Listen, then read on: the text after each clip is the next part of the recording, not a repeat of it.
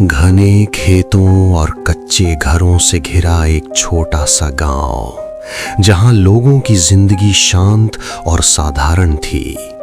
सुबह सूरज के साथ काम शुरू होता और रात होते ही पूरा गांव सो जाता। यहाँ के लोग मेहनती थे और एक दूसरे का बहुत ख्याल रखते थे। लेकिन इस शांत गांव में भी एक ऐसी जगह थी जिसका नाम सुनते ही लोग डर जाते थे। गांव के बाहर एक पुराना रास्ता था जो सीधे जंगल के अंदर जाता था और उसी रास्ते को लोग चुड़ैल का रास्ता कहते थे। कहते हैं इस रास्ते पर सालों पहले कुछ ऐसा हुआ था जिसके बाद कोई भी इंसान रात में यहाँ जाने की हिम्मत नहीं करता। गांव के बूढ़े लोग हमेशा कहते थे इस रास्ते पर रात होते ही एक भयानक परछाई दिखाई देती है और जिसने भी उस परछाई को देखा वो या तो हमेशा के लिए गायब हो गया या फिर कभी सामान्य नहीं रह पाया।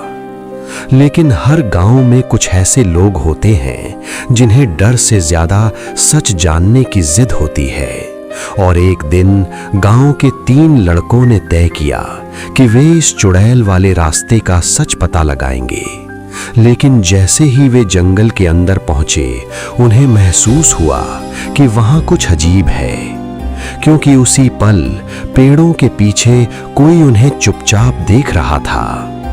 जंगल के अंदर कुछ कदम चलते ही उन्हें महसूस होने लगा कि ये जगह वैसी नहीं है जैसी बाहर से दिखती है। अचानक पेड़ों की टहनियां अजीब तरह से हिलने लगीं, जैसे जंगल खुद उन्हें वापस जाने की चेतावनी दे रहा हो। और तभी हवा में एक अजीब सी फुसफुसाहट सुनाई दी, जैसे कोई उनका नाम लेकर बुला रहा हो। लेकिन उन्हें नहीं पता था कि जंगल की अंधेरी परछाइयों में कोई उन्हें चुपचाप देख रहा था। जब उन्होंने पीछे मुड़कर देखा तो रास्ते पर कुछ ऐसे पैरों के निशान थे जो इंसान जैसे बिल्कुल नहीं थे। और फिर उनके पीछे जमीन पर एक लंबी परछाई दिखाई दी जो किसी इंसान की नहीं लग रही थी। जब उन्होंने पीछे मुड़कर देखा तो दूर रास्ते पर कोई खड़ा था। लंबे बिखरे बाल, लाल चमकती आंखें और चेहरा इतना डरावना कि देखकर ही दिल कांप जाए। लेकिन अगले ही पल वो भयानक आकृति अचानक घने कोहरे में गायब हो गई। और जब उन्होंने दोबारा पीछे देखा तो वो चुड़ैल अब उनसे सिर्फ कुछ कदम दूर खड़ी थी। चुड़ैल को इतना करीब देखकर तीनों लड़कों के पैरों तले जमीन खिसक गई और वे जान बचाकर जंगल के अंदर भागने लगे। लेकिन जितना वे भागते गए, जंगल उतना ही गहरा और डरावना होता गया और उस अंधेरे जंगल में चुड़ैल भी उनका पीछा कर रही थी। भागते भागते अचानक उनमें से एक लड़का गिर पड़ा। वो जल्दी से उठने की कोशिश कर ही रहा था कि उसके पीछे कुछ हिलता हुआ दिखाई दिया और अगले ही पल वो चुड़ैल उसके बिल्कुल पीछे खड़ी थी। जंगल में अचानक एक भयानक चीख गूंज उठी। उस चीख को सुनते ही बाकी दोनों लड़कों के दिल में डर और गहरा हो गया।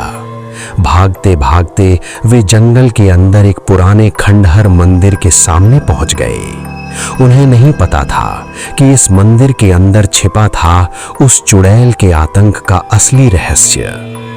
डर के मारे दोनों लड़के उस पुराने मंदिर के अंदर छिपने का फैसला करते हैं, क्योंकि अब जंगल में हर तरफ मौत उनका पीछा कर रही थी। मंदिर के अंदर कदम रखते ही उन्हें महसूस हुआ कि यहाँ का माहौल जंगल से भी ज्यादा डरावना है। मंदिर के बीचों बीच एक टूटी हुई मूर्ति थी और उसके आसपास जमीन पर अजीब काले निशान बने हुए थे। दीवारों पर बने उन पुराने निशानों को देखकर ऐसा लग रहा था जैसे यहाँ कभी कोई डरावना अनुष्ठान हुआ हो। तभी अचानक मंदिर के दरवाजे तेज आवाज के साथ बंद हो गए और उसी पल मंदिर की दीवार पर एक डरावनी परछाई उभरने लगी। वो चुड़ैल अब मंदिर के अंदर आ चुकी थी। उसकी भयानक चीख पूरे जंगल में गूंज उठी।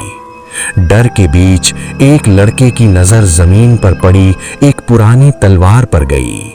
अब उनके सामने सिर्फ दो रास्ते थे, या तो लड़ें या हमेशा के लिए इस जंगल में खो जाएं।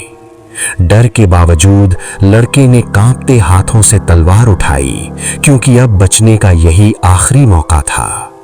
चुड़ैल धीरे धीरे उनकी तरफ बढ़ रही थी और उसकी लाल आंखें गुस्से से जल रही थीं।